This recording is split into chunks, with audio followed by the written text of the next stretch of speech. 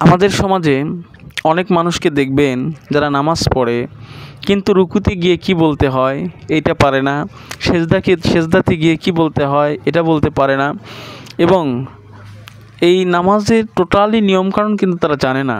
তো আমার চ্যানেলে আমি নিয়মিত প্রায় চেষ্টা করি নামাজের বিভিন্ন নিয়মকানুন বিষয় নিয়ে আলোচনা করার। তারই ধারাবাহিকতায় আজকে আমি আপনাদের সামনে শেয়ার করব রুকুর তাসবিহ।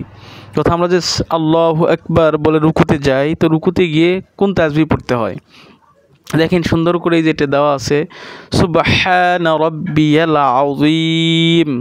আবারও বলছি, সুবহান রাব্বিয়াল আযীম। যদিও এই বাক্যটা একেবারেই ছোট, তারপরেও অনেক মানুষ এই বাক্যটিও পারে না। আবার অনেকেই পারে, যারা পারে তাদের মধ্যে বেশিরভাগ মানুষই এটা ভুল পড়ে, সঠিক উচ্চারণ পড়তে পারে না, যার কারণে দেখা যায় অর্থের বিকৃতি ঘটে যায়, এতে কিন্তু সমস্যা হয়। দেখেন তাহলে সুবহান রাব্বিয়াল আযীম এটা রুকুতে আমরা বলার পরে রুকু থেকে উঠার তাসবিহ সামিআ আল্লাহু লিমান হামিদা, সামিআ আল্লাহু লিমান হামিদা, রব্বানা লাকাল হামদ, রব্বানা লাকাল হামদ।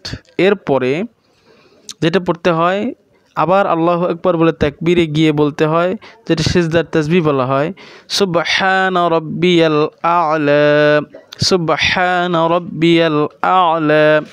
আশা করি ভিডিওটি অবশ্যই আপনাদের কাছে ভালো লেগেছে। যদি ভালো লাগে অবশ্যই লাইক, কমেন্ট, শেয়ার করবেন। আর পরবর্তী ভিডিওয়ে আপনি কোন বিষয়ে জানতে চান, ইসলাম সম্পর্কে যদি আপনি জানতে আগ্রহী হন, কোনো বিষয়ে জানার থাকে, তো আমার এই ভিডিওর কমেন্ট বক্সে আপনি কমেন্ট করলে অবশ্যই ইনশাআল্লাহ আপনার প্রশ্নের উত্তর দেওয়ার চেষ্টা করব। তো পরবর্তী ভিডিও পাওয়ার আগ পর্যন্ত ভালো থাকবেন, সুস্থ থাকবেন। ধন্যবাদ। আল্লাহ হাফেজ।